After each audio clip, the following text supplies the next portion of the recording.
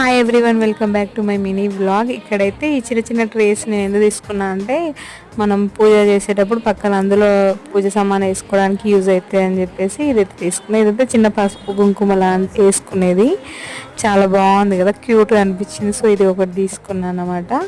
And ఇంకోటి ఏంటంటే నేనైతే నెక్లెస్ అయితే తీసుకున్నా. ఇదైతే అన్ని శారీస్ మీదకి, అన్ని పట్టు చీరల మీదకి అయితే వచ్చేలాగా చూస్ చేసుకున్నా.